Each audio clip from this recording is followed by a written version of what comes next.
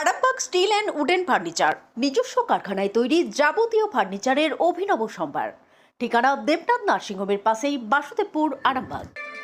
রামের মূর্তি ভাঙাকে কেন্দ্র করে তীব্র উত্তেজনা আরামবাগের কানপুরে নির্মীয়মান রামচন্দ্রের মূর্তি ভাঙাকে কেন্দ্র করে তীব্র চাঞ্চল্য ছড়ালো। মূর্তিকার বিশ্বজিৎ দে এবং বিজেপির অভিযোগ, পরিকল্পিতভাবে শুধুমাত্র রামের মূর্তিটি ভাঙা হয়েছে, যার পিছনে তৃণমূলের হাত রয়েছে।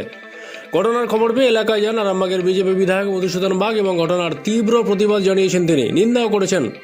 যদিও তৃণমূল কংগ্রেস অভিযোগ সম্পূর্ণ অস্বীকার করে জানিয়েছে বিজেপি উদ্দেশ্যপ্রণোদিতভাবে তাদের জড়ানোর চেষ্টা করছে এবং পুরো ঘটনার নিরপেক্ষ তদন্তের দাবি তুলেছে তৃণমূল।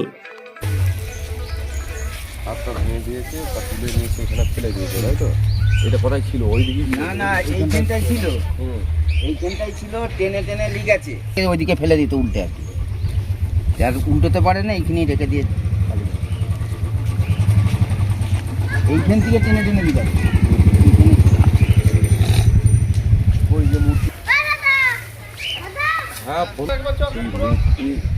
হ্যাঁ সেই মূর্তি সব কটা অক্ষত রয়েছে। আগামী 22 তারিখে রামের পুজো আছে, সেই রামের যে পুজো উপলক্ষে রামের মূর্তিটা ভেঙে দিয়েছে কে বা তারা রাতের অন্ধকারে। গতকাল মধ্যরাতে এই মাধবপুর অঞ্চলের উত্তরপাড়াতে বিশ্বজিৎবাবু যে মূর্তি নির্মাণ করেন, এখানে আপনি দেখুন যে এই দিকটাই দেখুন যে সমস্ত মূর্তি অক্ষত রয়েছে। সমস্ত মূর্তি মা সরস্বতীর যে মূর্তি তৈরি করেছেন উনি, সেগুলি সবই অক্ষত রয়েছে। আগামী 22 তারিখে রামের পুজো, ভগবান শ্রী শ্রী রামচন্দ্রের প্রতি আমাদের যে আবেগ, সেই ধর্মীয় আবেগ বশত আমরা দীর্ঘদিন ধরে এখানেতে করে আসছি পুজোটা। আগামী 22 তারিখে রামের পুজো, সেই ভগবান রামের মূর্তিটাকে কে বা কারা রাতের অন্ধকারে করেছে।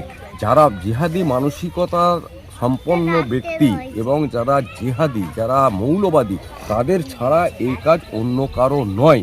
এটা সম্পূর্ণভাবে পরিকল্পিতভাবে এটা ভাঙা হয়েছে। আমরা যদি বাচ্চা ছেলের কাজ ভাবতাম, বাচ্চা ছেলের এটা কাজ নয়, পাড়া প্রতিবেশীদের কাজ নয়। কারণ আমরা সনাতনীরা আমরা কখনোই ঠাকুরের মূর্তি এমনকি ক্যালেন্ডারেও পা দিই না, ভাঙা তো অনেক দূরের কথা। সেই জায়গায় দাঁড়িয়ে শুধুমাত্র রামের মূর্তিটা ভাঙা হচ্ছে, এটাতে সম্পূর্ণভাবে ওই দুষ্কৃতীদের জেহাদি মানসিকতা, মৌলবাদী মানসিকতা থেকে এটা হচ্ছে। এটা ঠিক বাংলাদেশে যেভাবে মূর্তি ভাঙা হয় তার সঙ্গে সাদৃশ্য আছে বলে আমরা মনে করছি। আপনাদের ভালোবাসার আর এক নাম চন্দন জুয়েলার্স। চন্দন জুয়েলার্স, আরামবাগ, সদরঘাট, হুগলি। পুরে রামের মূর্তি ভেঙে দেওয়ার অভিযোগ বিজেপি বলছে তৃণমূল করছে, কি বলবেন? কারা? বিজেপি বলছে তৃণমূল করেছে। তৃণমূল বিজেপি, শুনুন কিসের মুখ তো ওদের, আপনাদের আর কি বলবো।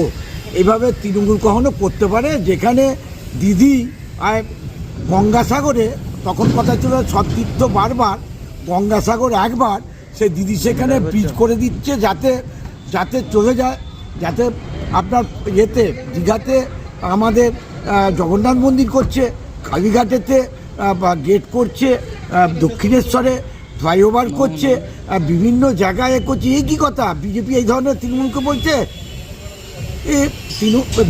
তৃণমূল এ ধরনের কাজ করে না গো, কাজ করে না।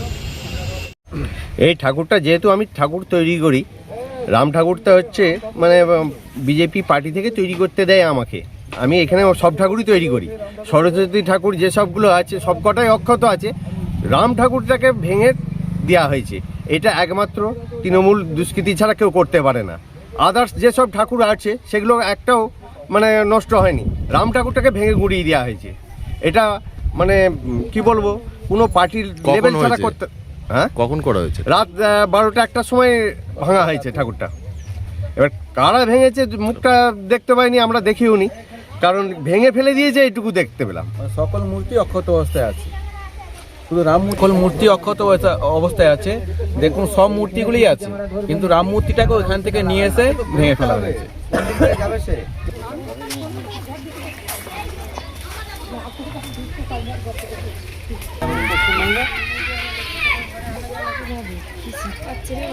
শিবম মার্বেল অ্যান্ড গ্রানাইট, ঐতিহ্য আর আধুনিকতার মেলবন্ধন, এখন গড়বাড়ি, আরামবাগে।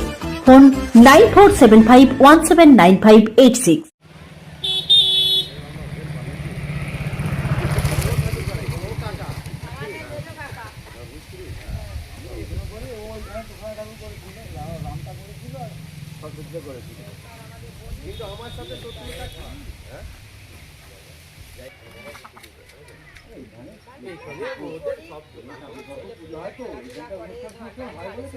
এইখানটায় অনেক পুজো হয়, দুটো গাজন হয়, আবার বাসন্তী পুজো হয়, জ্যৈষ্ঠী মাসে কালী পুজো হয়, ভাদ্র মাসে করা যাবে না, পুলিশ আসবে। এখানে বিষয়টা বলুন কি হয়েছে। বিষয়টা এইটা তৃণমূলের ছেলেরাই করেছে একমাত্র, নাহলে এতদিন আমরা ঠাকুর গড়ছি 30 বছর, কোনো দিনও কোনো ঠাকুর ভাঙেনি। হঠাৎ করে ওই ঠাকুরটাই ভাঙতে যাবে কেন? ওইটা তাদের টার্গেট ছিল যে রাম ঠাকুর এটা ভাঙবো, বিজেপির লোকের জিনিস ভাঙবো, তাহলে ঝগড়া মারপিট হবে, তাদের উদ্দেশ্য মারপিট করা, নাহলে এটা ভাঙবে কেন? আর এটা বাইরে বিদেশের লোকও ভাঙে নে, ফাঁক থেকে লোক আসে নে, যে ফাঁকের লোক, এখানকার লোকাল লোকই ভেঙেছে, তার আসবে না। প্রথম থেকে ওর ওপর টার্গেট। ডক্টর অজয় শাস্ত্রীকে অনেক ধন্যবাদ। যে ছেলেকে আগে বকেও পড়ানো যেত না, সে আজ নিজে থেকেই পড়াশোনা করছে। ডক্টর অজয় শাস্ত্রীকে অনেক ধন্যবাদ। আজ শুধুমাত্র ওনার জন্যই আমার ডুবন্ত ব্যবসা আবার নতুন করে সফলতার স্বাদ পেল। আমাদের একমাত্র মেয়ের বিয়ে হচ্ছিল না, কিন্তু আজ সে সুখের সংসার করছে। ধন্যবাদ ডক্টর অজয় শাস্ত্রীকে। এনাদের মতো যদি আপনারাও জীবনে সুখের পরশ পেতে চান, তাহলে আজই স্ক্রিনে দেওয়া নম্বরে কল করে যোগাযোগ করুন ডক্টর অজয় শাস্ত্রীর সঙ্গে। জীবনের কঠিন মুহূর্তে আপনাকে সঠিক পথে পরিচালিত করবেন আন্তর্জাতিক খ্যাতিসম্পন্ন স্বর্ণপদক ও স্বর্ণ মুকুটপ্রাপ্ত ডক্টর অজয় শাস্ত্রী। তিনি শুধু আপনাকে পথই দেখাবেন না, আপনার জীবনে সত্যিকারের সুখ, শান্তি, ঐশ্বর্য, অর্থ যেন সঠিক সময় আপনার কাছে পৌঁছে দেয়, সেই দায়িত্বও নেবেন।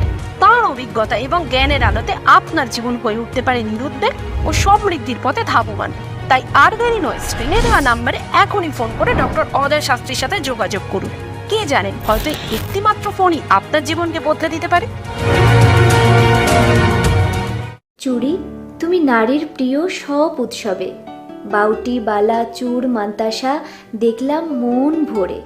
জনপ্রিয়তায় আজও সেরা মিনা করা ঝুমকা, কানে দিলাম কানপাশা, পূরণ হলো সব আশা। হাতের আঙুলের আংটি নানা ডিজাইনে পাবে,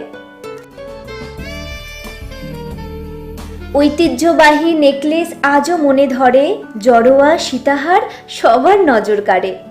তাই তো বিয়েতে পেলে এত গয়না সবার মনে ধরে। নতুন সম্পর্কের শুরুটা আজও সোনার মতো খাঁটি। যখন সেরা জিনিস, সেরা কালেকশন, সাথে ন্যায্য দাম, তবে উন্নতর কেন? অর্ধশত বছরের বিশ্বাস, আপনাদের ভালোবাসার আর এক নাম চন্দন জুয়েলার্স, আরামবাগ, সদরঘাট, হুগলি।